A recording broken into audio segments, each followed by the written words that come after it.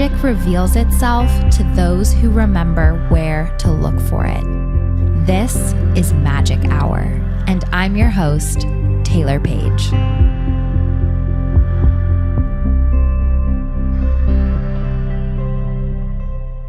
Hello, my loves. Taylor Paige here. I'm tuning in before the episode starts to let you know of a really beautiful offering of mine called Earth Angel Club.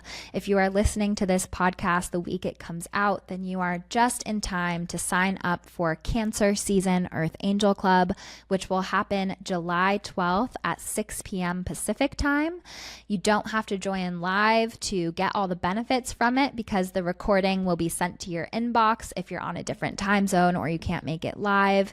It's a super special offering where I go into the current astrology of the moment, the energetic update, which is slightly different, and then I lead you through a guided angelic meditation. And for Cancer season, the theme is healing the mother's side of the ancestral line. It's going to be a beautiful guided meditation for ancestral healing on the mother's side. Cancer is all about mother energy. And so this is going to be so beautiful, and we'll be working with Archangel Jophiel, and people always report that the guided meditation is their favorite part, and you'll get the replay so you can do it as many times as you'd like.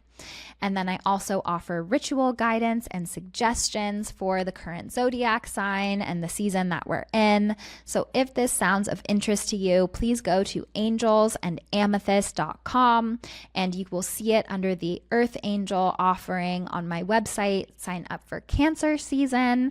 There are 2 ticket tiers. One includes a mini angel reading with the ticket tier. That tier often sells out, but there is also another ticket tier that is the admittance of the Earth Angel Club without the email reading. And so the other benefit of signing up for Earth Angel Club is that you also get priority registration with me, and you can skip the wait list and be scheduled to sit with me sooner for any reading type. So I look forward to connecting with you guys in Earth Angel Club if that feels aligned. Much love, and see you on Friday.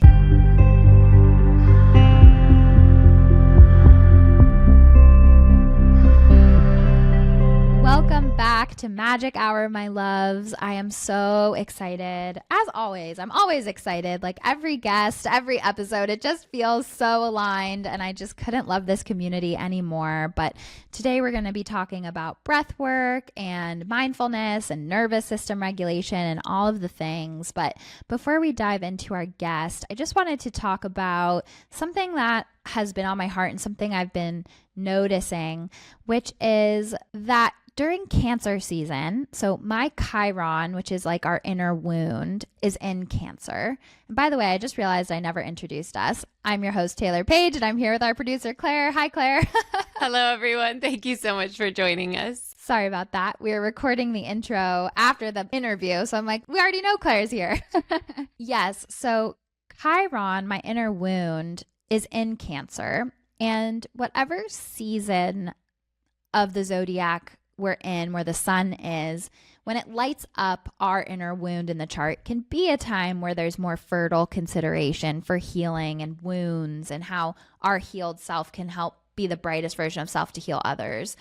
And so Cancer is like mother wounds, wounds around family, wounds about your role in the family, where you fit in your family. It can be adolescent wounds. It can be wounds around what home really means to you, fertility wounds. There can be all sorts of things with Chiron and Cancer. But what's really interesting, so as soon as Cancer season started, I was like, ooh, activated. Like I do feel just a little bit of my stuff coming up. There has been some family dynamics that like literally the day Cancer season started and it shifted into it, I was like, oh goodness. Luckily, I know astrology, so I can be a little bit more aware. I always say astrology is like the life raft. It doesn't absolve you of the human experience, but you're not just getting thrown around by the waves because you have a little bit of a flotation device. You still might get splashed. But what I noticed is, so for those of you who are new to me, new to the podcast, I lost my mom in 2021, and we already talked about this kind of stuff because my mom was super spiritual, that one of her signs to me would be white butterflies. And so, like I'm saying, my Chiron is in Cancer, which upon further reflection, I can see that loss of my mom and my role in the family and all of that stuff is really highlighted. And Cancer season is actually, no, my mom passed in Leo season, but Cancer season was like the time where it was intensifying and I was starting to come to terms with that.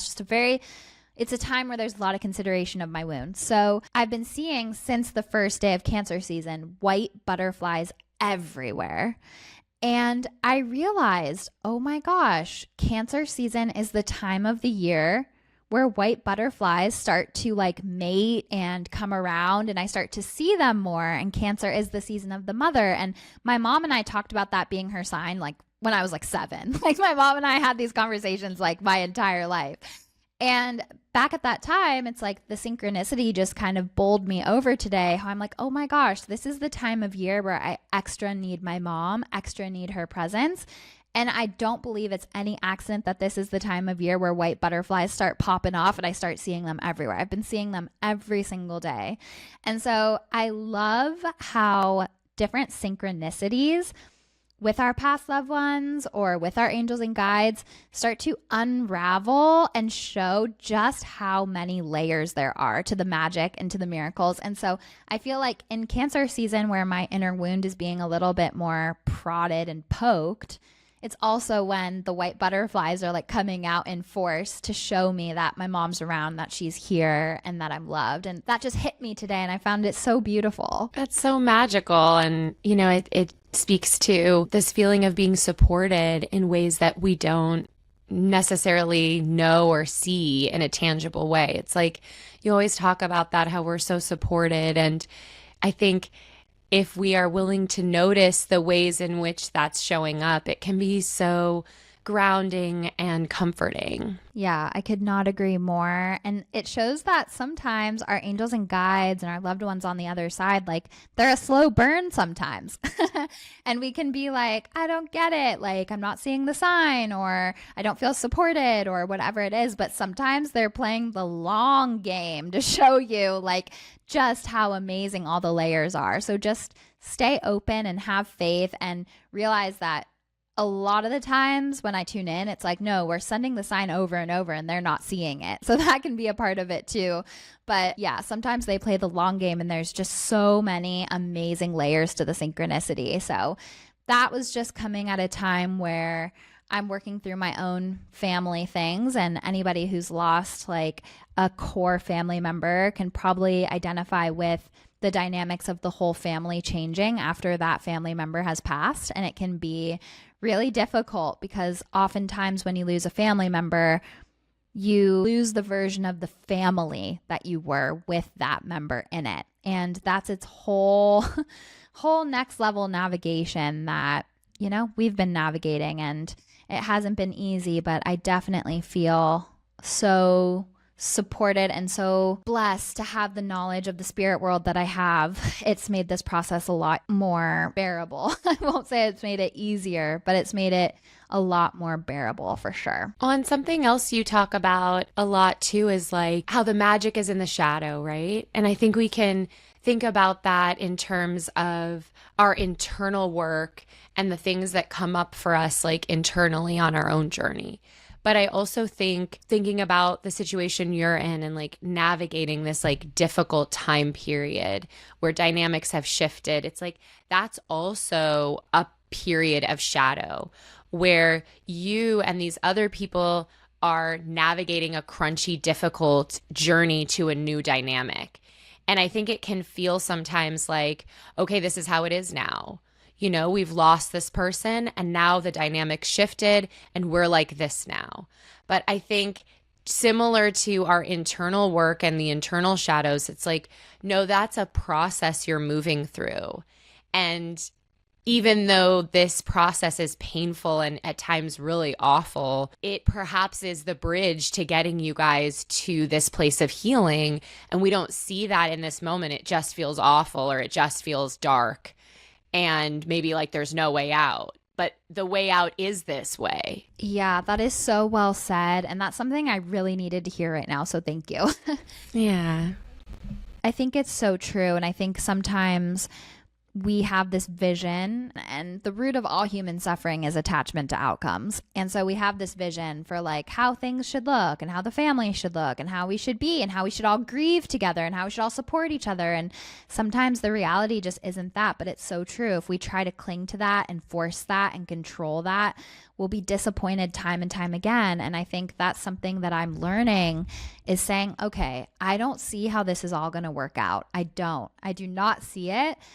And that's okay because I don't need to. All I need to do is continue to work on myself, my own healing, and find ways to be less triggered and more in love and let time take its course. And I think sometimes there's a bigger plan. Like sometimes when the family dynamics change, it reveals something that isn't working, something that maybe the family member was enabling or a crutch for, or it like when you lose a parent, especially, I think it really turns you into an adult in a lot of ways where the parent would take up space and do things for you. And my mom was like the queen of that. She did everything for everyone. And like losing her in some ways has forced all of us to grow up in a big way. And we're all on our own journeys with that. And so I think, I don't know if it was the previous episode of Magic Hour or what, or when it will be, but there was a sitting in spirit where I talk about temperance and letting things play out and being a little lighter and just kind of having a lighter touch with things. And that can be really difficult to have a lighter touch, but I think it's exactly what's needed. And it is the sort of macro idea of the magic being in the shadows, because without this, we couldn't transform into the version of our family that we need to be for this next chapter and to be without my mom here. So for anybody going through similar circumstances, I'm sending a lot of love. It's so not easy, but it's also very much what we're doing here on earth is growing and evolving. And part of that, as my aunt said in episode 104, is learning to sit with what we don't want. If we can learn to sit with what we don't want in a more graceful and trusting way, that's a big secret to our satisfaction here in life, instead of constantly trying to attach to the outcome of what we do want and then butting up against a wall when things don't look like that. Finding grace, exploration, and more breadth within what we don't want, so that if we are in denial of our current circumstances, we can never move forward if we're just trying to continue to hold on to what we do want. So yeah, it's been quite a freaking journey for me. Like these last few years have not been easy, but the mediumship stuff couldn't have come at a better time. So I'm so excited because I had my first angel reading with our first giveaway winner, Beth. And she recorded a little testimonial of her experience, which was so sweet. And I think it's a great follow-up because the hummingbird community obviously knows, the situation and who won. And so here's the continuation of that. And I hope her testimonial encourages you guys to send your screenshots of your 5-star review to contact@magichourpod.com. It will enter you guys to win. And we are so close to the next angel reading giveaway, which will happen when on both Spotify and Apple Podcasts, we hit 111 5-star reviews. And we're so, so close. So if you've been waiting, this is definitely the time. And let's hear from our first winner, Beth. I was the very first winner for the Magic Hour contest. I won a reading with Taylor, and let me just tell you guys, Taylor blew my mind. My grandma and grandpa came through and were speaking to me and giving me advice, and I even got some advice from my angels and guides, and I have to tell you that it was just the most magical 35 minutes. I really enjoyed getting a reading with Taylor, and you guys can too. All you have to do is do what I did, is give the podcast a 5-star review, take a screenshot of your 5-star review and email it into the podcast, and you will be put into their next drawing. Good luck out there, you guys, and I can't wait to see who wins next. Beautiful. That was such a sweet message. Thank you, Beth. What a cutie. Thank you so much, Beth. It was wonderful to hear that you had such a good experience. Especially because Claire's the one that draws the winner out of the bag of all the names. So Yes. I feel like you picked somebody that really needed it in the moment, and that was perfectly divinely led. And something I love is that, you know, our past loved ones in spirit are kind of nudging us to connect too. So if you feel that nudge, know it might just be more than your internal stuff. It might be your past loved ones kind of wanting you to get in a space where they can speak to you. So I'm so excited to connect with whoever the next giveaway winner is. Your 5-star reviews, as always, mean the world to us, as well as sharing the podcast with people that are also magical or who could use the messages. It helps us grow and sustain the project and means so much. So thank you so much, community.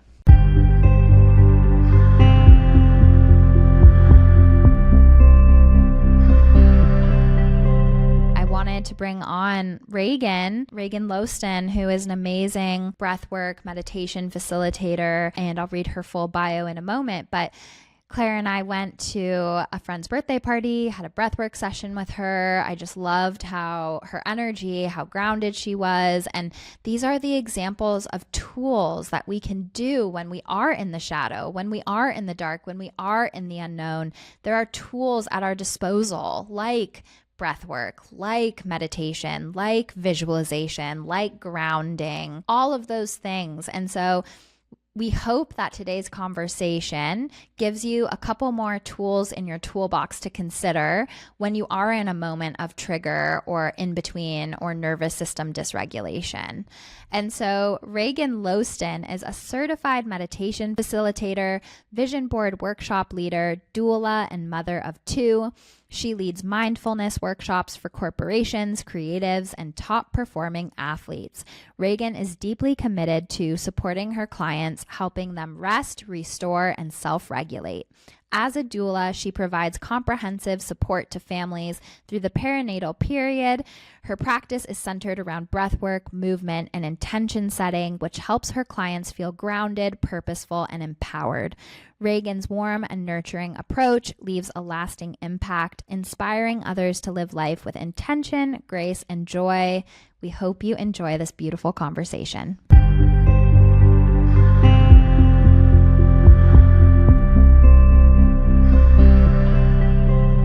Raegan, welcome to Magic Hour. We are so thrilled to have you today. Just a little bit of a background. Claire and I went to Raegan's breathwork workshop for a dear friend of ours, Jasmine's birthday, and we just fell in love with your energy. You were such a beautiful steward in the space, leading us through such a beautiful practice, and I want to get into all of that. But first, just welcome.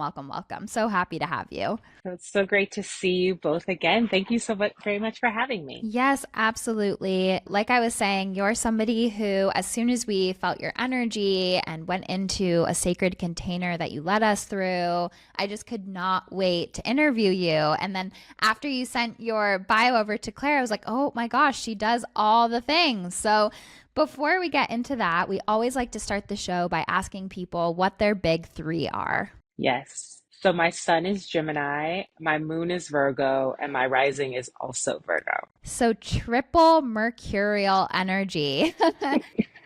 That makes a lot of sense why you do all the things, because, you know, Gemini can never just do one thing. And it also makes sense why you're in the healing space, because Chiron is the co-ruler of Virgo, which is the healer. And so you're a multifaceted healer energy, which just makes perfect sense. And I always like to expand a little bit on people's big 3 so that people with similar big 3s can hear that reflected back. So the other question that I like to ask is, how does your intuition show up for you? Intuition is probably my biggest teacher, biggest critic, biggest mirror. It's everything. And I know when I'm tapped into it and listening, and when I'm shoving it down because I, in my mind, have something else that I need, want, and should be doing. And my tuition is always the force that shows up and says, no, this is what you're called to do. And you can do it the easy way, or I like to call it dragged. You can get dragged into doing what you're supposed to do the hard way. So every time I make a different choice and don't take the easy route, when I get to where I was intended, I was like, I could have done this so much easier. So intuition is huge for me and for my practice and for clients. Absolutely. And I love what you said because I have a similar phrase that I say, which is let go or be dragged. Yep. So I totally resonate that and feel with that. But what's interesting to me and what stuck out about that, especially knowing your big three, because Virgo and Gemini energy is so mercurial and that can lead to that inner critic voice being turned up loud. And so it makes sense to me that as a breathwork, mindfulness practitioner, that you would have mastered that or are that's a big part of your conscious shift. And it's interesting to me what you said about intuition being one of your biggest critics because that's so Virgo to me.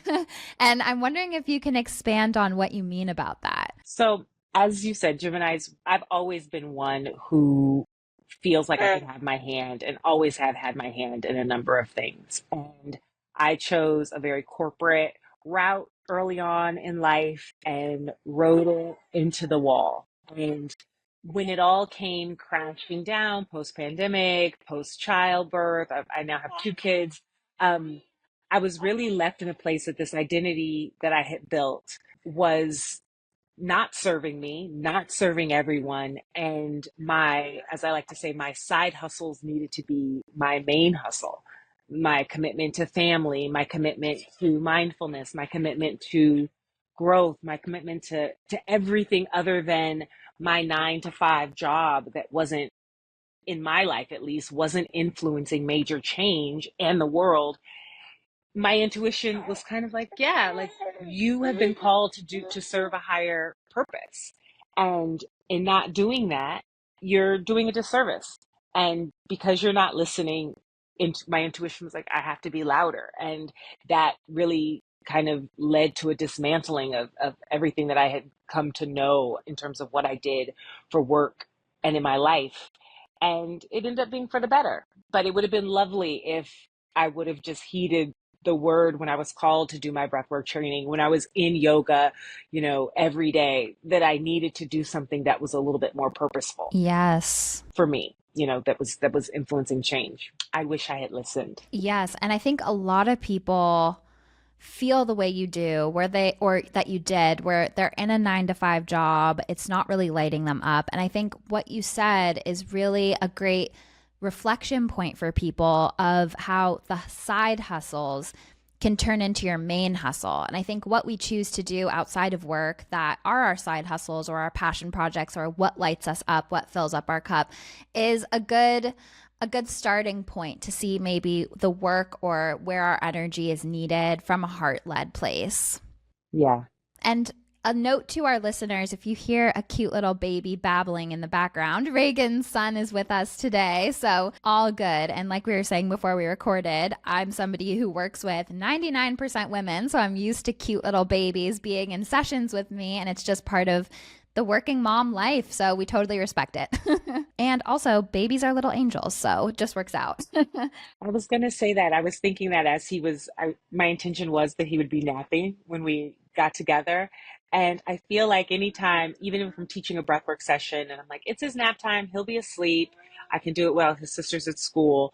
He is invigorated with all of this energy. And he's like, Spirit's coming. I am not leaving. I'm not going to sleep. I want to be here when Spirit comes. So he's usually around and feels the energy and wants to be part of it.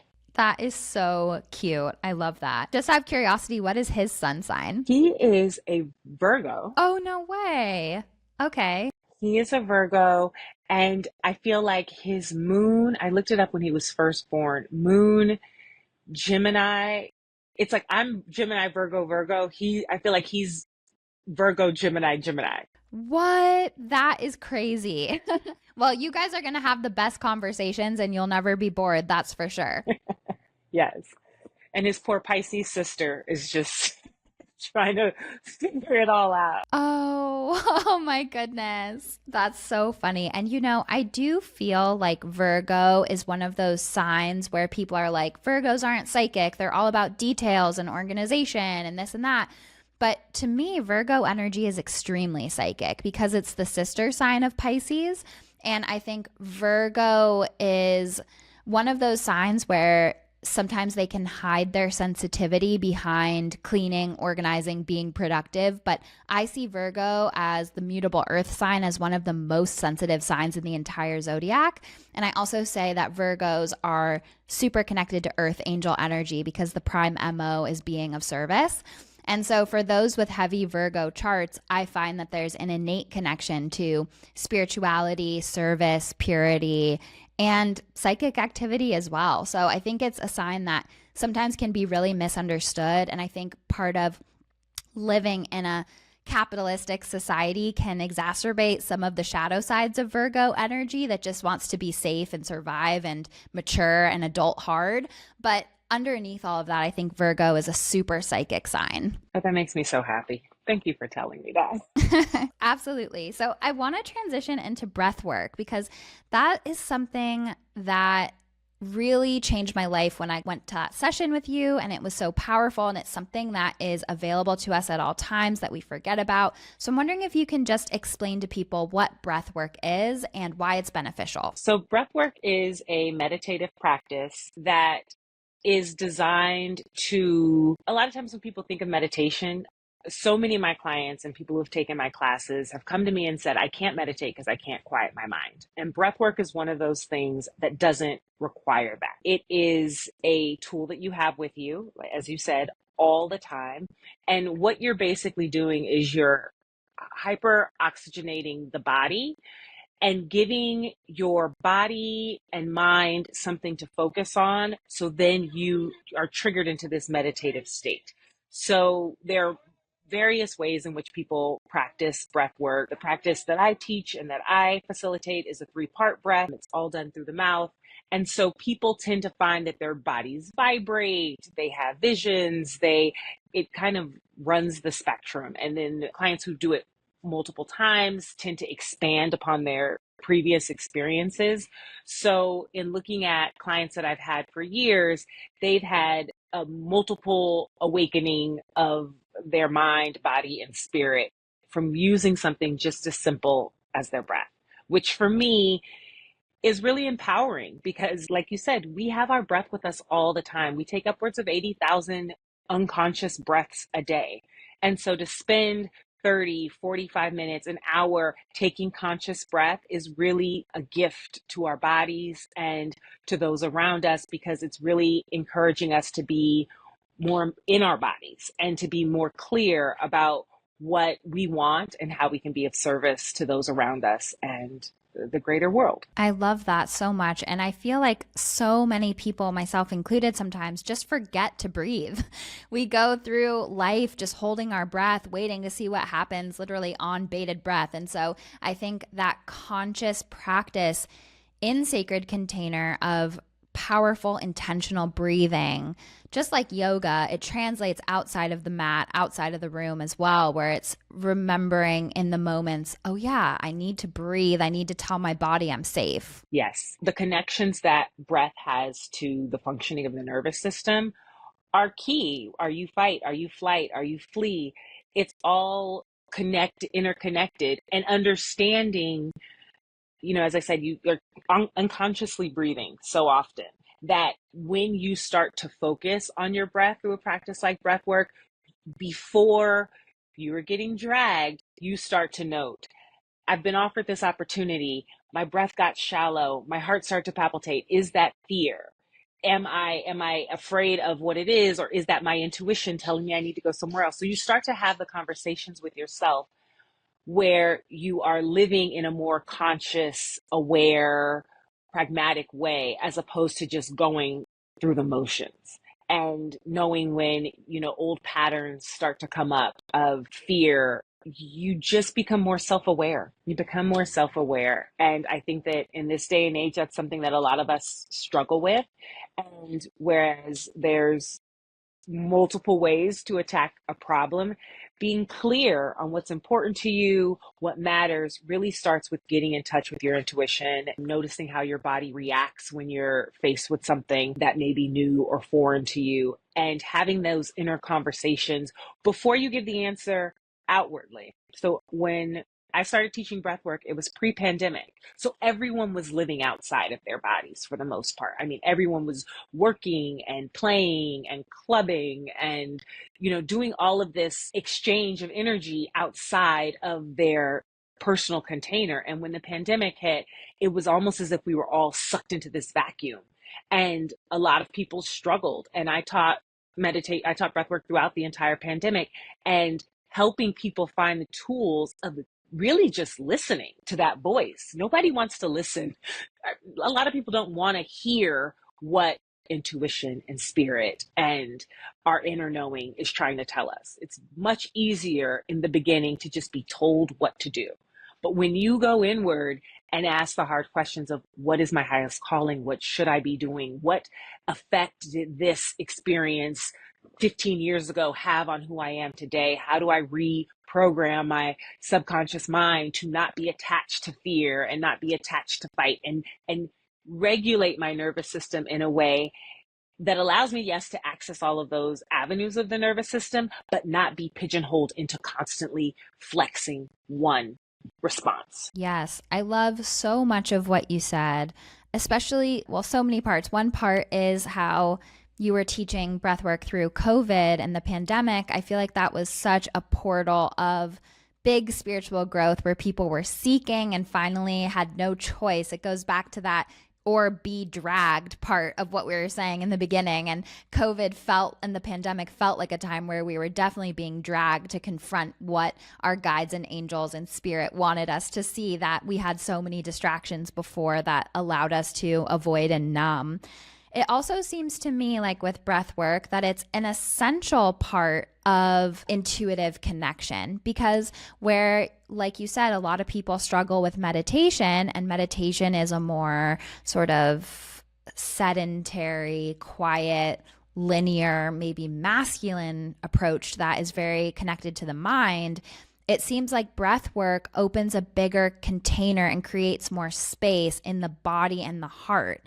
And so where meditation creates these breaks in the mind between our thoughts, even if it's just for a nanosecond of silence and empty space that our guides and angels can fill in with intuition or just a feeling of peace, our breathwork practice is like the body's meditation, where our nervous system is so fired up and stimulated in the day-to-day activity that just by breathing and, like you said, oxygenating the body and creating more space in the heart, it allows for our body's intuition to speak to us more instead of always being in an activated nervous system state. And so I think that both are flip sides of the same coin. And I think it's a beautiful synchronicity that as a Gemini, you tap into both of them. For sure.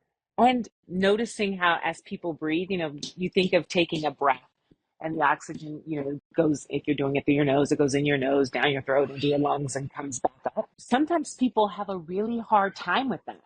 And that's says so much about what's going on in their life. Because clients will be like, I can't take a breath into my belly. It's stuck right in my chest. I can't get down there.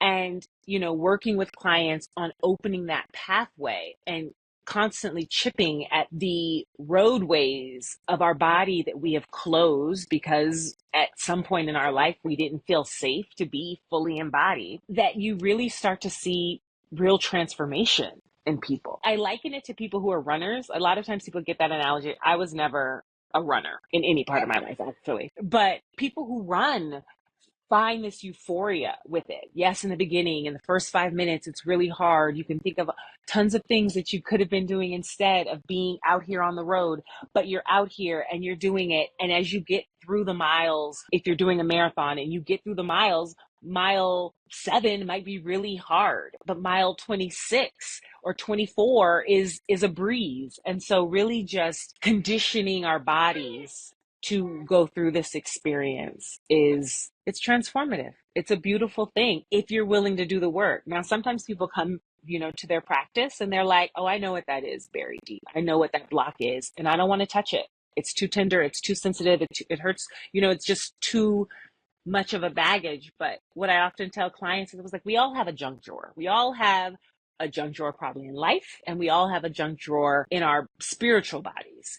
And when do you clean out that junk drawer? when it's overflowing and you can't close it. And wouldn't it be nice to take time to clean out the proverbial junk drawer, to say, you know, there's stuff in this drawer that I may need, and there's stuff in here I don't need. And if I don't need it, I'd rather get rid of it than continuously carry it around with me. And so those are all things that I've had to work through personally and that I'm still constantly working through, but it's a tool. Breathwork is a tool. It's a tool to help you live a life. It's not designed to necessarily, you know, you're not going to, it's not a one fix, but sometimes being lighter, a little bit lighter for people feels like a huge shift in their bodies and in their lives. And so I am on the sauce. Like, I, as a person who practiced breath work, it changed my life. As a facilitator, it's changed my life. And every aspect of it, how I showed up in a 9 to 5 job or a 9 to 7 job, how I show up in the 24/7 job being a parent, it's all forever changed and governed by how I'm able to breathe. Even if it's, I wake up in the morning and I'm like, the breath is not coming easy, I need to show myself a lot of grace. I need to show my kids a lot of grace. But it starts with how I'm feeling and then transmutes to how I'm able to show up and put on all these hats and roles. But I'm always cognizant of what's going on here first. Yes, that's so beautiful. And again, there's so many layers to what you're saying that I want to go with. First, I feel intuitively called to say, if you're somebody who's listening to this podcast and the idea of breath work feels either there's a resistance coming up to it, or it feels mildly uncomfortable, or it's triggering something in you to be like, oh, I don't know if that's for me, I would just look at that, because sometimes our shadows and our wounds create resistance to the healing tools that will work through them from a place of keeping us in an uncomfortable comfort zone. Because when we start to unravel and, like Raegan said, which I love, is clear out the junk drawer, the junk is going to try to fight back. The junk wants to stay in the drawer. And so that can come up as a resistance to the work, a resistance to trying it. So if you're noticing that with yourself as Raegan's talking about this healing modality, just be aware of it, that it might be a resistance to deeper change that you can sense will happen through this work. I also wanted to ask you, Raegan, because on the energetic side of things, when I sit in client sessions and I kind of scan their body energetically, I can see where things are held. And the most common one, of course, is the heart. Like, so many people store so much in the heart. And I'm wondering if you can speak to different areas of the body that you've recognized through breathwork, and if there's either a common theme or a reflection point or any type of common experience attached to different energy centers in the body that you see in terms of what we hold there. Yeah, the heart is huge, and it's the heart. I think of it as two-part. It's the front of the heart and the back of the heart, and the front is the giving. So a lot of times I'll find people who are givers in their life, and they're really open in the front of the heart. But then when we start to work on their back body, or when they are saying that I'm having back pain as I breathe, it's like clear to me that, okay, you are a giver. I can, in talking to you, I can tell by your profession or by how your family structure is that you're constantly giving, but your back body is closed off because you're not receptive. You're giving and not receiving. And we all know, or those of us who are in this space all know, you cannot give from an empty cup. And so, yes, it's great if you're giving, but if you're not receiving, then you're out of alignment. You're out of balance. The hips are huge, especially for women. The hips are, a lot is stored of the hips. I think people's junk drawers are either the heart or the hips. And we may talk about this, but I'm also a doula. And as someone who works in the perinatal space, that closing off from what I know of the body from a spiritual perspective is huge. It affects our maternal mortality rates. It affects the way that people mother and parent their kids. It affects the way we interpret how we were parented and how that governs our, the pathology that we carry forward with future generations. The hands, and I don't know if either of you experienced it when you were doing breathwork, but a lot of times when people do breathwork, their hands can form these claw-like, it's called tetany. and it's just like a muscle spasm that occurs in the hands. That's also reflective of the heart. Your arms are an extension of your heart. So as you start to breathe and open up, if things come up that you don't want to let go of, or that your body is not ready to let go of, the hands can sometimes tighten up. The face, the lips. I mean, I think that in breath work, sometimes people finish and they they feel as though they've been physically beaten up because their body is sore. And what that is it speaks to the junk drawer. It speaks to what you said, Taylor, about the junk not want it fighting back.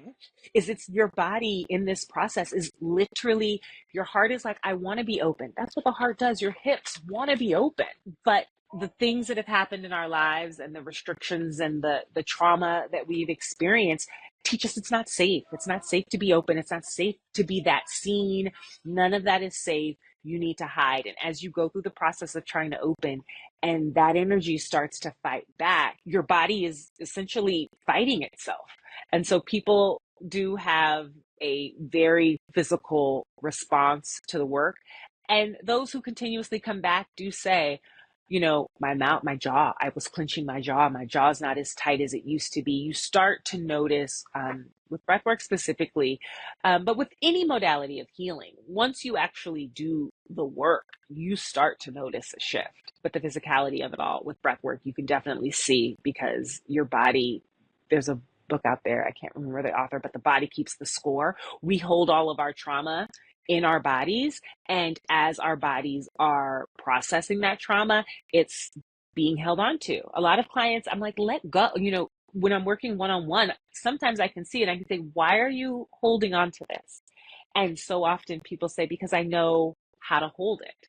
I don't know what it feels like to let go of the trauma that happened at this stage of my life. I don't know what it feels like to forgive someone who did a huge disservice or perpetuated an abuse upon me. I don't know how it feels not to have that anymore. And even if my backpack is full of all these rocks that are doing nothing but weighing me down, day to day, I know how it feels to carry the backpack. I don't know how it feels to let go. And that's where the fear creeps in. Yes. And we get really good at what we practice. And if for our entire life, 30 something, 40 something, 50 something years, we have been practiced numbing, avoiding, staying closed, staying small, staying safe, all of those things, it's going to be naturally a crinkly, crunchy process to start to learn the new dance of being open, creating space, learning release, learning surrender. But that's exactly what's needed to move forward. And I think that's so beautiful. And I think breath work is so powerful. I wanted to ask you, in the similar vein of people who have experienced intense trauma and that feeling that you spoke to of sometimes breath work feeling quite intense and feeling like you were beat up after it, do you feel that breath work is safe for everyone? And do you think that there are certain people with levels of trauma that would best do this work in a contained space with a professional? So I am not a doctor, but I would say that yes, I mean, we breathe, so we're doing breath work every day. It might just be, light. We are experiencing and practicing some form of breath work as we move through our days. Now, whether it's an intense workout, whether it's being registered by our bodies as active, is where most of us aren't actively participating in it. But if you can breathe, you can do breath work, I believe. Now, if you are struggling with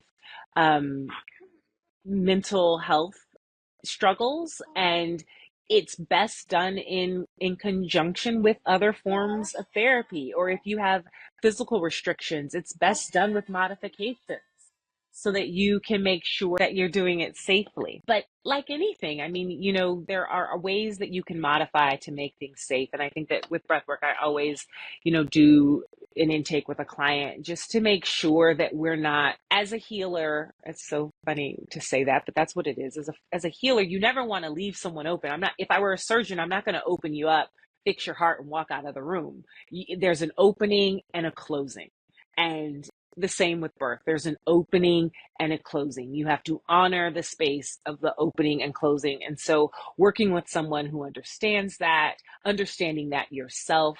It's funny because when you were asking me about the spaces where I feel like people may have it show up in their body, the amount of people who cannot ground, like people who are like, I don't feel my feet, I'm not connected, is also very interesting because we walk on our feet, but we're in shoes all day. We're not putting our feet in the earth. And the power that people can find just from that. There's sometimes I tell clients, I'm like, you need to just walk outside barefoot, get in the grass, go to the beach, get in the sand, and feeling that connection to the earth is a closing. It's part of bringing ourselves embodied and bringing ourselves back together. So I think, yes, I think the breath work can be practiced by any and everyone. You just have to understand your personal limitations and struggles and practice safely. It's like driving a car. Yeah, that makes so much sense. And it's interesting the idea of grounding as a closing practice, because even intuitively, and I've heard a few readers say this, after sessions, my instinct is to eat. Like I'm always starving after sessions, and eating like grounds me, brings me back to my body. So it's just an interesting synchronicity to me that I've never thought of in that way. So for people at home who are just learning about breathwork right now, who might be interested in harnessing it, are there any little exercises or techniques you could share in a way that they could try right now? Sure. So for anyone who ever comes to me with that situation or circumstance or says they don't have any time, I'm like, take 10 conscious breaths, 10 full breaths where you are breathing in through your nose and exhaling through the mouth. And it seems like 10, that's an easy number. It's no big deal. But once you get started around breath number 5, people's brains start to think, I could be doing something better. And 10 breaths may take you 4 minutes. But doing that has an effect of quieting the incessant noise of the world and just getting tapped in to what's going on here, what's going on in your actual body that matters. And from that clarity and that focus, the never ending to-do list doesn't seem so daunting because you're like, you know what, right now in this moment, what I need to do is this, this, and this. As a mom, I have to pick up my kid in an hour. I'm not going to do all of the laundry, all of the dishes, scrub the floors, we put so much on ourselves to do that the failure of doing the impossible is something that makes an imprint. I'm a failure because I didn't get my impossible to-do list done. As opposed to saying, okay, I took my 10 breaths. You know what I feel like doing right now that will also be of service to the community around me is these 2 things. Okay, great. Do those 2 things. And then when you get those 2 things done, maybe there's something else that you feel like you could, should, would, or want to do, and then make a choice from there. And then I think that just starts to develop a practice of, before I say yes, before I say no, I'm going to check in and see how I feel. Because if I do things and I feel good, then guess what? I'm going to want to do more, as opposed to having this list and then feeling like I didn't get anything done today. Of course you didn't, because you felt bad about not getting everything done that crippled you, and then you got nothing done. Yes. No, I relate to that so much because I remember years ago in my early 20s when I started my meditation practice, I used to be one of those people that was like, I have no time for this. But when you start doing it, you realize, oh, that version of self had no time. But the version of self who has breathed, who has meditated, who has cleared her mind, I felt like for the first time I was in the driver's seat of my life instead of just responding to everything around me. And that's the shift that breathwork and meditation has. It maximizes your time because you're more intentional and present. Whereas you might be on your phone, numbing, scrolling, avoiding, getting triggered, having your energy drained by different things. And you feel like from that state of mind, you have no time for this. But if you create time for this, I promise it will change the way you perceive your day, your time, your energy, your worth, what's possible. And that version of self will have time for this. Yes, yes. Like when people say, I don't have 5 minutes to meditate, I'm like, well, you need an hour. If you don't have 5 minutes to meditate in your day, you need an hour. Yeah, I couldn't agree more. I could not agree more.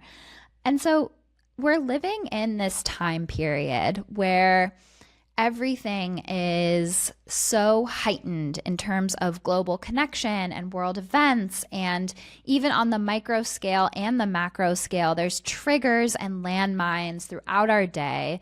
And I personally, before we got on this call, have been dealing with a family dynamic that's very triggering to me. So we're in this moment where maybe collectively, maybe individually, and I'm just being selfish, there's a lot of landmines and triggers. And like you said, like how can you find a pause intentionally between trigger and reaction? But I'm wondering for somebody who's sitting with this activated state, this state where anger, frustration, grief is so raw and big for them, how can either breath or visualization or mindfulness, like what's a tool in the toolbox for us in such a heightened energetic time on earth? You know, it's the gift and the curse, right? We have more access to more information than ever accessible in mankind right now. That's the gift. The curse is that's also, we have access to more information in real time than ever before in humanity. But the great thing is that everything, so much of this communication is coming through a device that we hold in our hand that has an off button. And if you decide that you are feeling overstretched and overactivated, then you can turn it off. You can turn it off. And, as opposed to how we used to live where our friends all lived on our block, we were working in a space. Most of us who are working in corporate space, a lot of us are still working from home. You can turn it off. And it goes back to the saying about the backpack it's like, yes, you have the ability to shut everything off, to stop and to turn your phone off, and then no one can reach you. And we don't do it. Why? Because we're afraid we're going to miss something. We're afraid that someone's going to need us. I always used to start classes when I was teaching large classes in person by telling everyone, everybody and anything that is needing you in this moment can wait an hour, can wait 45 minutes, can wait 30 minutes, can wait 10 minutes. It can wait most of the time. And there are emergencies that happen in life, but they're far and few between most often, because usually the things that people come to us and they say, this is an emergency, or the news flashes, this is an emergency, this is an emergency. That's what's making an emergency for us. If we I'm taking the news, for example. If we took a break from the 24-hour news cycle, the thing that was at the top of the news 24 hours ago may not even make it 24 hours later into the whole broadcast. And so if we think about our lives as that, we're not getting so high on every high. We're not getting so low on every low, but understanding that life comes in waves and that we are riding them. When I have done that, I am living a much happier life. Clients that I've seen do it are living a much happier life, because that's what life is. Life is a culmination of highs and lows. And if you're not being taken out by either of them, then you're kind of coasting along on what I like to call the lazy river of life, where you're taking things as they come, and you're in the eye of the storm, and you're not getting too wound up by the stuff that's happening. And the family dynamic comes up for a lot of people, family and relationships. I know it comes up in your work. It definitely comes up in mine and in Breathwork. I mean, it's huge. It's essential, because you're tethered to people, not only by them being actually related to you, but you're energetically tethered to them too. And so even if you have a fight with someone and you hang up the phone, or you turn off, you put the text down, the fight is still replaying itself in your head. It's an incessant thought that's just churning and churning and churning, and you continue to get wound up by it. And having that conscious focus on, what is my best intent? What can I do to change this purpose? And sometimes change, which is also really hard for people. People ask, like, what can I do to heal this relationship? And I'm like, sometimes you gotta let it go. Like, sometimes it's like everything else. What do I say? A lot of times when I'm working with clients, I'll say, if you pick up a pan in your kitchen and the handle is hot, you don't spend 20 minutes trying to figure out how to put the pan down. You drop it and you look at your hand and you said, that pan burnt me. I'm going to wait till it cools down before I pick it up again. We should be living life like that. If something gets you super activated, you should just stop. Just turn it off. Just stop. For my parents out there, it's not as easy when you're dealing with kids, but that's a whole nother story. But most things you can just stop, whether it's a 5-minute break, a timeout, take a 5-minute timeout, a 20-minute timeout, a day timeout. I'm not going to watch the news for a day. If anything important, I tell my friends, I'm like, if the world is coming to an end, please call me because I'm probably going to miss it. Yeah, no, I feel that. And with the activism part and caring about our world and caring about what's going on, I think that this is an essential part to that because, like you said, we can't give from an empty cup. And I read this book on activism by a witch named Sarah Lyons, and it's basically like witchy activism. And it's a cool book. And she speaks about how, like, you can't be on the front lines 24/7. You have to fill up your cup and you have to take care of yourself. And so I think what you're saying is a very beautiful complement to that. It's not caring. It's a sustainable form of engaging with the world around us, which is a prerequisite to being able to make any type of change without us just internalizing the sickness in the world, but instead being a force for healing. And what I really identify with what you were saying with that pan analogy of you wouldn't just keep like trying to figure out how to hold the hot pan. And another part of that too is that I've noticed in moments of trigger, it's almost like what I call the inner villain voice, which some people say the inner critic. I call it the inner villain because if you say it in a Disney villain voice, you'll realize how silly it sounds. But when you pay attention to your thoughts and you have more mindfulness, you realize that that voice is almost trying to goad you and twist the knife in moments of activation. It's not trying to distract you and remind you of what there is to be grateful for and everything that is working.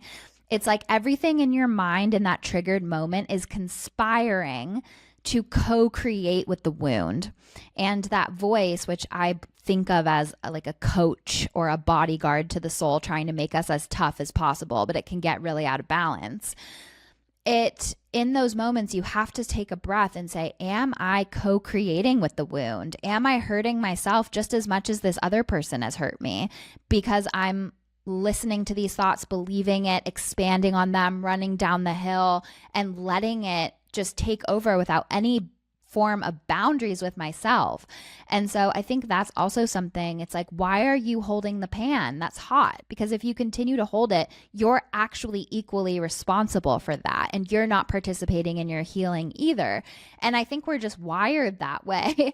And it's a really empowering choice to even feel enough worth to say, I'm going to let go of the pan then. I'm going to drop it because it's burning me. And I think so many people don't even realize they have that option or don't feel worthy enough or safe enough in their nervous system to say no. Yeah. Or they feel like they have a higher calling. I think of all the people in the world who are doing good work and, to take a day off from that seems really selfish sometimes. But if you burn yourself out, if you are brought to this place to be a healer, to influence change, to be someone who is really doing magical things, if you burn out that light, no one is served by it. Nobody is served by it. You're no longer able to do the work, or you so often I see in all professions people who are really magical, like the fairies of industry who are doing really great things. You check in on them 20 years, after they started in this really great thing. And a lot of them are no longer doing the really great thing. And the world has moved on. They've sucked all of the magic from them and they've moved on to the next thing. And so, for the longevity of it and ensuring that we are able to be here for the long haul, we have to take care of ourselves. And self-care is not selfish. It is integral in our longevity and our survival. And we have to do it. And the world, it's the nature of humaning that we don't honor the gift in the way in which we should. We don't honor the gift in others oftentimes in the way globally, I think in communities and chosen family and families, sometimes we do find ways to do that, but there's not a lot of value put on all of that. And so we don't, the world doesn't value it. Our governments don't value it. Other governments don't value it. And we find ourselves just constantly just beating each other up, beating ourselves up. And then, we do it until I think the planet gets sick of us and wipes us all out and we start all over again. And I think that there could be a better way. I think that we can have an awakening of the mind in this world that we have, and we can make the changes that are necessary to save it.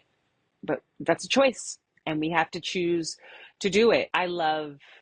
There's a teacher that I have always followed, and she's very cheeky, but she'll always say, like, if this person drives you crazy, I don't ever want you to talk to them again.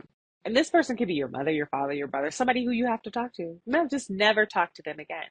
And if the thought of that sounds so awful and so painful that you need to talk to them, that you wouldn't be able to talk to them, then you need to approach your exchange with them as, I love you and I want to talk to you. So what boundaries do I have to set so that I can and will? And if that means I can't talk to you every day, then don't talk to someone every day. If that means, I can talk to you once a month, and I know that the first 15 minutes of the conversation is going to be all about you, and then I'm going to get in 2 minutes of myself, then great. I'm going to find other people to fill that role in my life so that I can be fulfilled and so that I have something to give.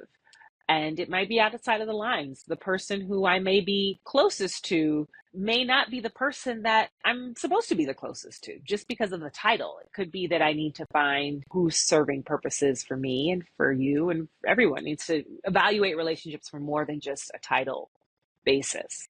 I love that. And sometimes if we're feeling lost or confused, I love that method of taking it to the extreme to get more clarity. So, okay, you'll never talk to that person again. And if there is a shred of you that's like, oh, that's painful and that's sad, it shows that there's love underneath all of that. And I love that so much. And I say the same thing to my clients sometimes when they're like, I don't know what to do. I'm like, what would you do if you had infinite resources and you couldn't fail? And that's usually the answer. So sometimes taking it to the extremes can be really helpful in getting more clarity when you take away all of the question marks.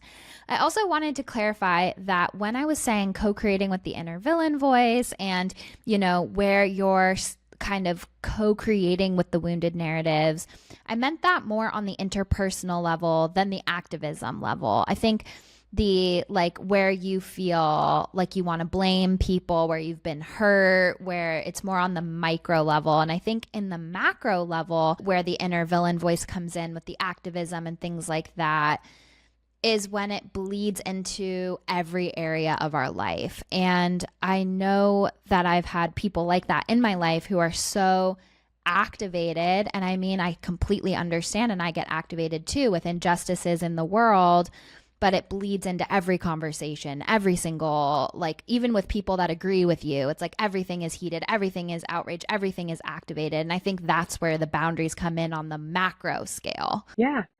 And that's how you paint. That's how we paint. You know what I mean? It's like, if we're going to paint, the world is filled with, it's a rainbow. There's so many things. And it's almost like you can pick and choose what it is that you want to focus on in this moment. But there are a multitude of things that you can choose from. And if you're constantly choosing one energetic thing, then all you're going to see is that energetic thing. If you want to see something else, you have to start looking at something else. It's almost like the fake it till you make it, which sounds so trite, but especially if, depending on what you're looking at. But that's what it is. It's, I want to feel good. Okay, great. Then I'm only going to do things that feel good. Now, can I do that every day, every minute of every day? No. But I can definitely set aside an hour where I'm like, I'm only going to do things that feel good in this hour. I'm going to read, I'm going to write, I may paint. I may cook something. I may, take a walk. I may, take what few breaks I have in the day, and instead of turning on my iPhone and reading the news, I'm going to go outside and get some fresh air, or I'm going to go to the beach and walk, or I'm going to, I live in California, so I have access to the beach, the sand, everything, which is a blessing. But there's always something we can do. And then guess what? If after that 15 minutes, I want to come back and get back on the pedestal and do what it was I was doing, I can. but I would be more effective coming back, even if I was going back to the same thought and work that I was doing before. I would be better at it from a moment of clarity, because then I'm able to see that the world in which we live in is more beautiful than the mess that we have made of it, if that makes sense. And being able to do that from that perspective, then the change that I enact to bring forward is going to be rooted in the beauty of it rather than its ugliness. Yes, exactly. It's like there's a fine line between letting the anger, hate, and outrage take over you so that you're creating more of it in the world versus having boundaries with those emotions, being in our own healed, full cup place, and working to create more love, healing, and repair in the world. And I think we see that in real time, of course. And, since 2020, when everything with COVID and the pandemic, I think, opened our eyes more to injustices all over the world. And so, yeah, it's been a really interesting time to fuse the both micro and macro scale of healing. And it's been a really powerful time on planet Earth. And I think there's not been a time that I can remember in my life where we've needed these tools more of breath work, mindfulness, visualization, meditation, all of the things. And so one of the last things I want to ask you about is rest, because we've been talking this whole time about filling up our cup. And I feel like it's so ingrained in us as part of this society that we always have to be productive. And it can be really hard for people to even give themselves permission to rest, permission to do just absolutely nothing, which is actually doing a lot because it's a necessary part of being a human. And I feel like we're working in this way, in these unprecedented ways, in this last chunk of humanity based off of the cyclical beings that we've been for most of our existence on Earth. And so I'm wondering, how can we find ways to maximize restoration and integrate more rest into our life? But having had 2 kids, I laugh because I was like, when I was pregnant with my first, I was so tired all the time. I was so tired. And I started taking naps. And I thought I had solved the problems of the world. I'm like, we all need to just take naps. To like oversimplify it, I was like, we are tired. Like, we need sleep. We live in a do it culture. People are waking up early, people are going to sleep late, and people are not napping. And for all of the parents out there who have had a newborn in their house, it's like unbelievable where your mind goes when you are missing out on crucial sleep. Your mind I have a friend who recently had a baby, and she called me and she said, sleep deprivation is ruining the world. She says, there are people out here who are driving cars, operating machinery, performing surgery. And she says, and after a week of not sleeping, she says, I am manic. And I said, you just need to take a nap. I mean, that phrase, whenever someone has a baby, they say you should sleep when the baby sleeps, but the babies are so cute, you just want to stare at them. And if you get them to sleep, you just want to stare at this thing that you've managed to this miracle that you've managed to get happen is a baby sleeping on cue. But we don't rest our bodies. I mean, that's the when people say rest, that's what they think of the most, is it's like getting 8 hours of sleep. But we also don't rest our minds, and we definitely don't rest our spirits. And we don't show ourselves enough grace. We don't show other people enough grace. There's a philosophy in improv that says that you should rest the game. So when you're doing an improvic scene, you work the scene, and then all of a sudden you come up with the thing that's the trick, the thing that makes people laugh, the thing that's like, aha, this is the thing. But if I come up with a funny thing and I continuously do it repetitively, it's no longer going to be funny. But what makes improv great is that great improvisers say, okay, we know what the thing is, and then we're going to continue the scene, and then we're going to circle back to the thing, and you'll get a laugh every time. And so I think in life, we need to rest our bodies, we need to rest our spirits, we need to rest our mind, but we also need to rest the game. We need to realize that, those of us who are out in the world doing the same thing every day, you need to rest it. Like, if it's working for you, great, but you need to take a break. People work out their bodies. They're like, oh, today's rest day.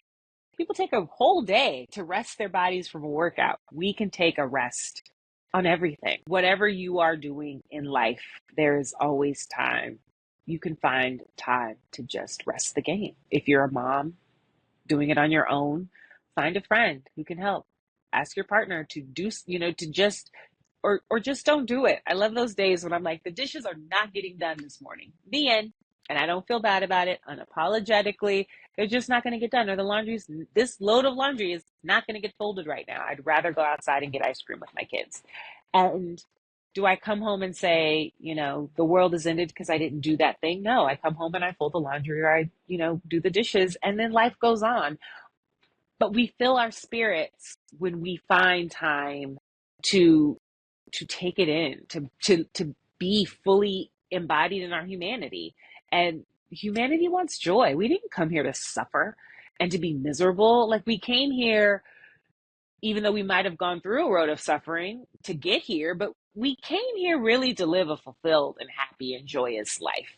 And even in the face of really horrible atrocities, we need to find ways to give ourselves a rest from that and facilitate and cultivate some joy in our lives and in lives of the other people. Because what we're all doing is, when we give ourselves permission to be happy, someone is going to see it.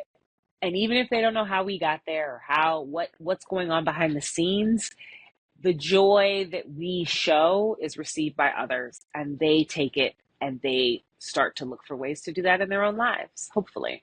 Absolutely. And I really like what you said about resting the game. Makes me wonder if you took classes at UCB. I did. I knew it. Claire and I are improv girlies as well. Oh my gosh, I love it. Yeah, so we just did a whole segment on the last episode that we recorded, which I don't know if it'll be out or not when your episode comes out, about the parallels between mediumship and improv. So improv is just such a beautiful spiritual teacher in its own way. It truly is. But I really like what you said about resting the game, because if we don't rest the game, we can't evolve. We'll be trapped in that one way of showing up, that one way we're used to getting the laugh, that one way that is deemed acceptable. But it's those moments of rest and creating negative space, not space that's always filled by something, that we can integrate, evolve, shift, take in everything, and step up and evolve as a next level version of self. And if we're constantly filling the space with the same thing, the same hats we wear, the same to-do list, the same routines, the same labels, we forget to check in with where our heart wants to go, what we need, and we stay stunted as a version of self that game was funny 3 minutes ago when it started, but it's just not lighting up the heart in the same way it was when it started. And it's time for a new game, a new joke, a new way of acting, to go with the improv analogy.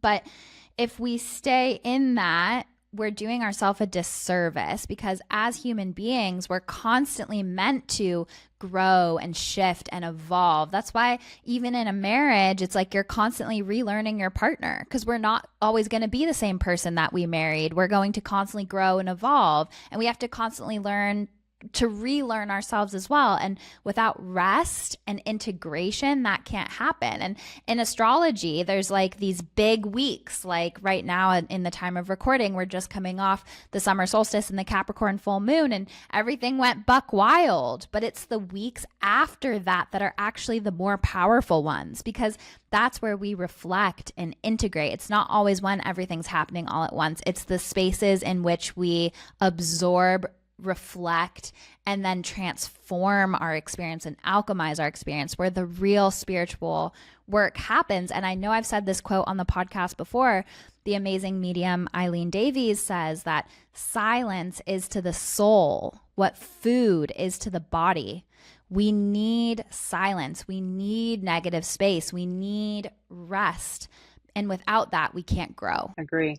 I used to say I do vision board workshops, because there's all these modalities that you can use to help people get there. And one of them is vision boards, because it's the intuitiveness of cutting out the paper and finding out how to put things, and whether you're the type of vision boarder who fills every single space, which I am, with something, or whether you're the type that puts one thing and then says, I don't know, I'm going to come back to this later. I can't, you can't get the vision on the board. And the last workshop I did, I told people, I'm like, you've created this vision, but what I always say is leave a little piece of space for the magic to happen. Leave a little empty space for the magic to happen. Don't feel like you have to control it all. And if you do that, then it'll come and you'll appear and you'll say, oh, wow, I didn't think that was going to be something that I wanted. And I'm so glad that I was receptive to it. And I left a little space for the magic to happen, because that piece of magic was really remarkable and beautiful.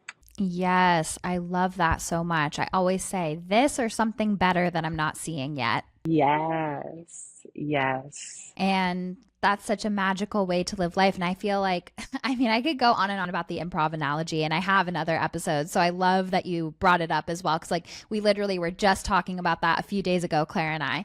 And, yeah, it's so true. Like the scene, if you try to plan everything and control everything, isn't going to go well.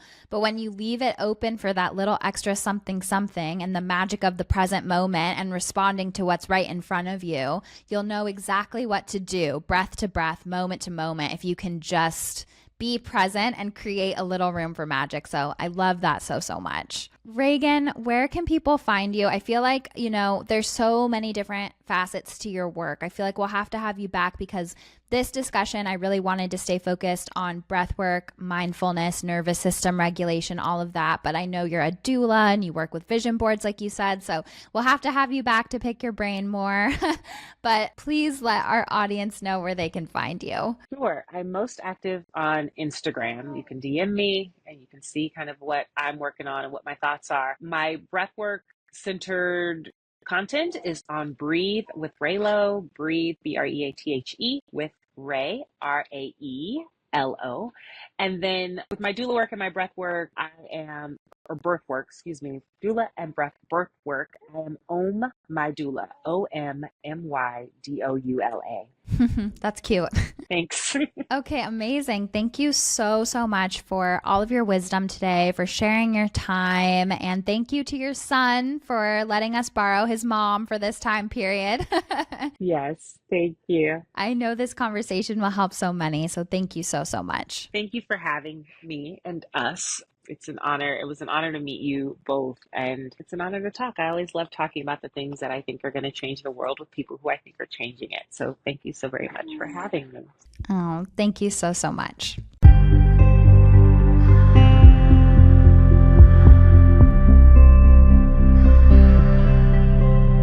Hello, my loves. Welcome back to Sitting with Spirit. Oh, I absolutely love Raegan's energy. I could talk to her all freaking day. That's that triple Mercury, baby. Just so easy to talk about. And as Mars in Gemini is the ruler of my chart, I feel like I can talk for hours too. So we'll definitely have to have her on. And I know I act surprised about this every single week, but the conversation with the guest truly does prime my consciousness for what messages come through when I sit with Spirit after them. And so if you're new to the podcast, I sit with Spirit every week. I give the messages that come through. Sometimes, most weeks, I connect with a past loved one. I believe that groups of past loved ones on the other side conspire to get messages to as many people as possible that will recognize the evidence. So even if some details are not your person on the other side, they can send you little winks or synchronicities to let you know that they want you to get the message as well. And if it does all fit, amazing. But you know, a lot of people listen to the pod, so don't try to make it fit. If you know anybody who could benefit from hearing these messages, please share the podcast with them, because that doesn't only help us here at Magic Hour, it helps the spirit world who's trying to reach their people. So when I closed my eyes and I tuned into Spirit, I saw two things very, very prevalent. One thing I saw was just this powerful guardian angel, like with its wings wrapped around the collective. And I feel like this is a moment where a lot of people are navigating rock bottom moments, difficult moments, painful moments, moments of change, moments of up level ultimately that are wrapped up in a lot of uncomfortable breaking of comfort zones. And so our angels just wanted to make so clear that you are not alone. If you are feeling alone, if you are feeling discouraged, if you are questioning yourself, if you're in a moment of self-doubt, which again, I think is a good sign because it shows that you're on the verge of an up level, I just want to make so clear that every time I close my eyes, I see these angels' wings wrapped around you. You are held, you are held, you are held, you are protected, you are protected, you are protected, and you are not abandoned. And if you feel like you're questioning your intuition, you're questioning your path, you're questioning if you are supported, that's what they came straight out the gate with. The other image that I saw, I'm not laughing because it's funny. I'm laughing because it's reminding me of a TikTok that I saw where this guy is like in his living room and somebody, the upstairs neighbor, has like a water leak, and the ceiling is getting more and more full of water until it finally bursts all over his living room. And that's what I was seeing, this sense of like a water buildup where it's getting heavier and heavier and heavier. And we're in the burst moment. We're in the moment where we can't continue to hold everything that we've been trying to manage and rationalize away. And it's like we're on this shifting timeline and both can't be true at once. And it's truly this phoenix energy moment of shedding the ashes so that the new light can come in. And the ashes are this buildup of water and emotions that are opening like a floodgate. And I know that we're in the first week of Cancer season at the time of recording this, so it is definitely an emotional time. And it's also interesting to me because it comes on the heels of Raegan's message about the junk drawer. And that feels very relevant to this water buildup too. And what I'm getting is that this isn't just about our current circumstance. It's about every time we've ever in our life been hurt a similar way. And it's built up. And that's the thing about grief or difficulty. When these big emotional things happen to us, it triggers every time we've ever felt that emotion, even if we don't rationally realize that. And so I just see this buildup of water, and it might actually be like, oh, that's so unfortunate. It burst and it flooded the living room. But it's actually exactly what was needed, because now you can fix the pipes. Now you can repair it and be more structurally sound. And if it was just built up, that is so heavy to hold. It's not easy for us, our body, our emotions, our energy level, our light.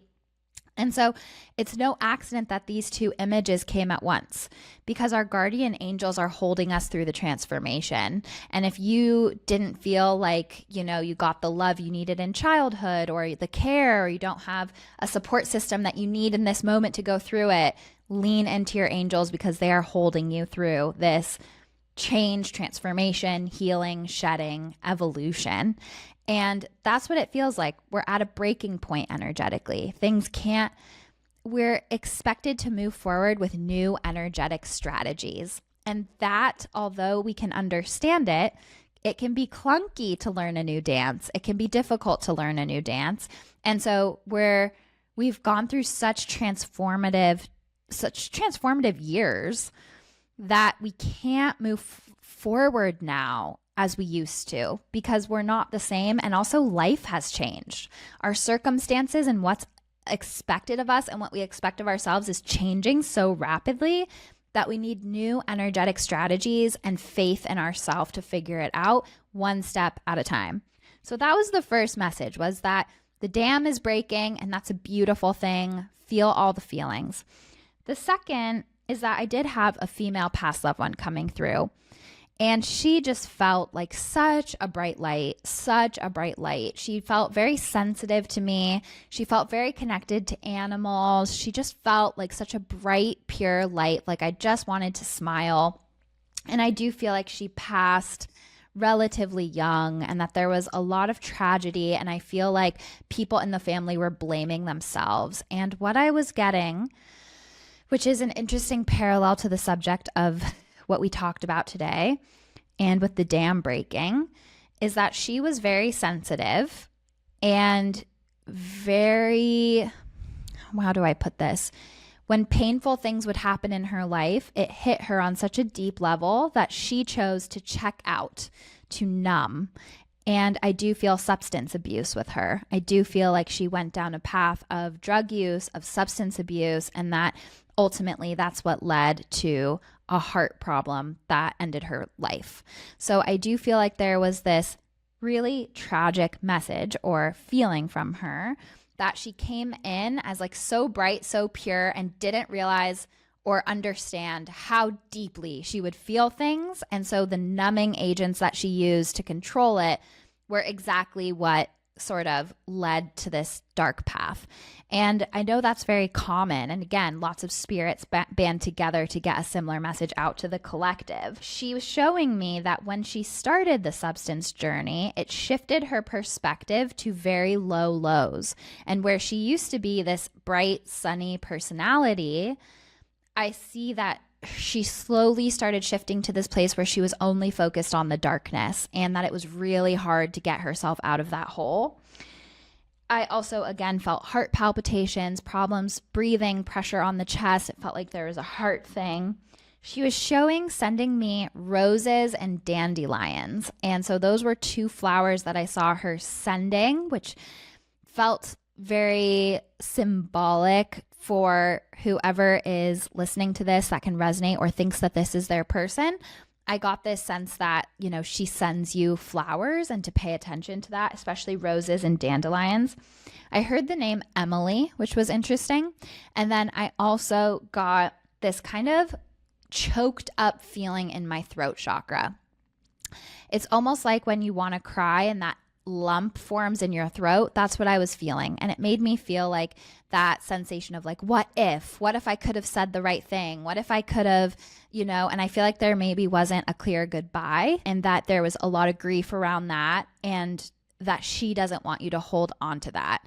And so basically the message from this spirit is don't be afraid to ask for help, because she felt lost in her own depths.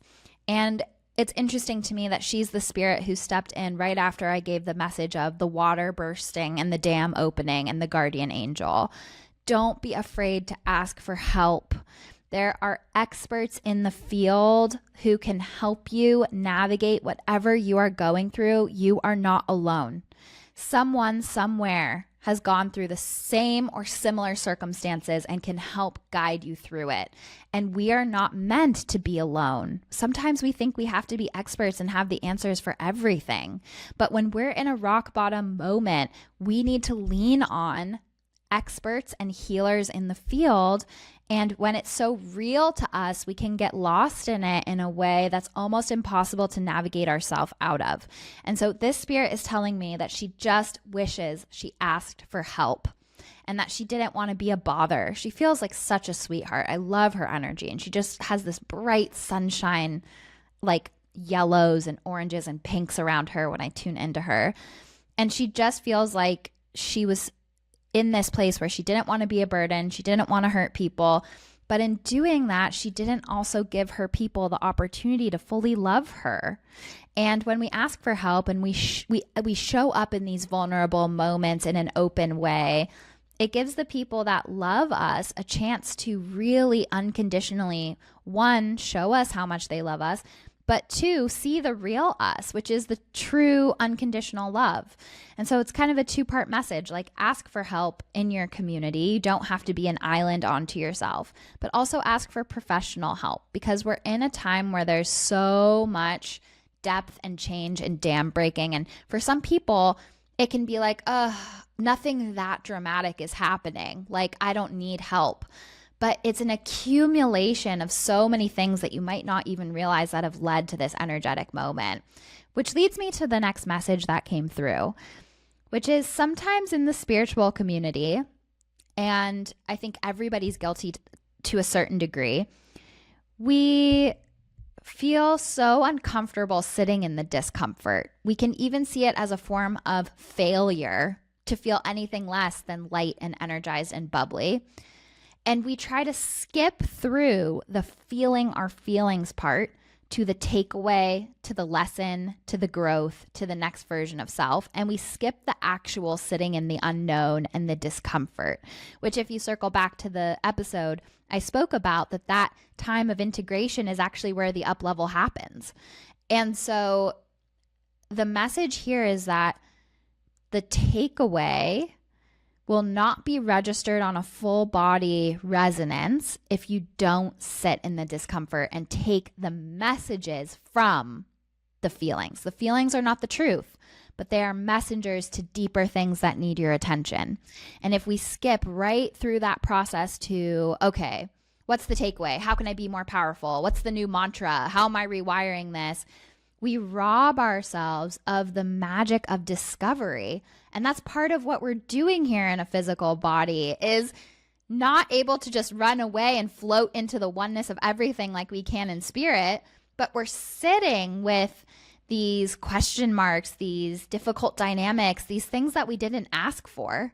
And we can't just float away back into oneness. We have to grapple with that and digest that and evolve and become stronger, more wizened versions of self. And if we try to block ourselves from anything we deem less than perfect, we rob ourselves of all of the magic. The magic lies in the shadow. I've said that before. The magic lies in the shadow. And so there's just a really important message here of not letting yourself fall into superstition. There's been some damage done in the spiritual world where it's like anything you think you create. And because of that, it creates spiritual bypassing and an avoidance of shadow and being like, oh no, like I'm being slightly negative today. And so that's going to make everything go wrong in my life. And I think that is like shooting us in the foot, because that's not you. Your inner villain voice is getting your attention for something. And actually, if you don't address it, that is how everything in your external world will be clunky and not quite right, because the puppet strings of your subconscious are trying to show you where the healing needs to go, and you're denying it from a superstitious place of thinking that if you engage with it, you'll shoot yourself in the foot. And that's actually not the truth. And it's the Hermetic principle of correspondences that says, as above, so below, as within, so without. And everything we talked about on this episode today is about creating more space on the inside that reflects expansiveness on the outside. And if you think that you're a failure for feeling anything less than joy at all times, you're robbing yourself of what we're doing here in the human experience. And I love that Raegan was a Gemini, because she spoke a lot to the duality of life. And that's one of the Gemini lessons, is that there is no positivity all the time. The duality is the frustrations, the disappointment, and the hurt. But in that space, we grow and transform to embody the light and be more grateful for it and recognize it in even bigger ways. And without one, the other couldn't exist. So don't shoot yourself in the foot by believing the narrative that anything less than Stepford Wives' robotic happiness at all time means you're some sort of spiritual failure or that you're manifesting bad things.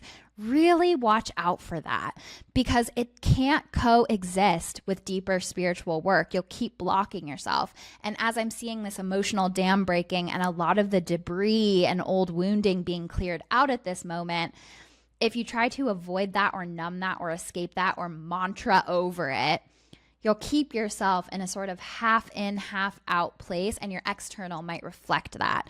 So this is a really deep place to do exactly what that spirit, that beautiful spirit, came through and said. Ask for help. The tools are out there. We're sometimes not meant to be our own healers, because it's too intertwined with us to be able to see the next path. And that's where it's really important to realize that in a trusted healing space, that can be so, so helpful to find next steps. And so let yourself be in the discomfort, let yourself be in the unknown, let yourself be in the disappointment, let yourself be in all of these things, and recognize that's not a failure. It's actually a display of great strength. And that doesn't mean co-create with those and make it worse and believe it. It means listen to it as a messenger so that you can move forward in a more holistic way. And that's the message today, my loves. And it might be an intense moment, especially with that first image that I saw, but meditate on those guardian angel wings wrapping you in their light and in their warmth, and let it carry you forward to make the more powerful choice moment to moment. And sometimes the more powerful choice is facing our shadows, our deepest fears, and our concerns head on. And sometimes the more powerful choice is loving ourselves enough to just sit with our authentic experience, whatever that is. And so be gentle with yourself, be kind to yourself, and try to really root out the part of yourself that's twisting the knife, that just doesn't need to do that anymore. Claire, do you have anything else you want to add? As always, that was just a message I deeply needed to hear. And I just love the image of the guardian angel with its wings wrapped around us. I think sometimes when we're in a painful moment, like you said, we want to run away from it, or we feel like, I don't want to feel like this anymore. How do I escape this? But I don't know. Sometimes we have to be in it and let ourselves be held and know that we are safe to walk through it. Absolutely. And if that same pain, frustration, doubt is coming up over and over and over again, it clearly is coming up for a reason. And it's a way that your angels and guides might also be showing you the path to exactly what you want. And the first step is walking through this dark, overgrown forest of our shadows and our fears, not sure what's on the other side, but just taking the journey and saying yes, and knowing you're held through every step of it is leading you in this counterintuitive way to exactly what you're calling in. I love that. Yeah. Well, I hope you all have a beautiful week, everyone. Sit with this information. And like Raegan suggested, even after this podcast, maybe just take 10 intentional breaths and invite your guardian angels to just stand on every side of you while you do that, and just sit in their presence, and it will completely start to shift your entire life. Love you all and have a beautiful rest of your week.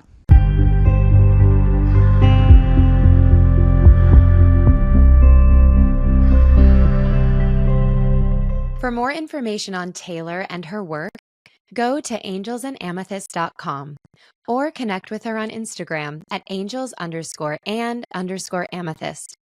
She is the one verified account with this name and will never DM you for a reading. If you have any questions about intuition, spirituality, angels, or anything and everything magical, please email contact@magichourpod.com. We will answer listener questions once a month in our solo episodes. Are you an aligned business owner that would like to advertise to our beautiful hummingbird community? Please email contact@magichourpod.com. Make sure you're subscribing to Magic Hour so you never miss the magic. And don't forget to leave us 5 sparkling star reviews. They help more magical people find the pod. Please screenshot and email your 5-star reviews to contact@magichourpod.com. And we will send you a free downloadable angelic meditation and enter you to win an angel reading with Taylor Paige. The next giveaway will happen when we hit 111 5-star reviews. Thank you for listening to Magic Hour with Taylor Paige. Remember, you are magic.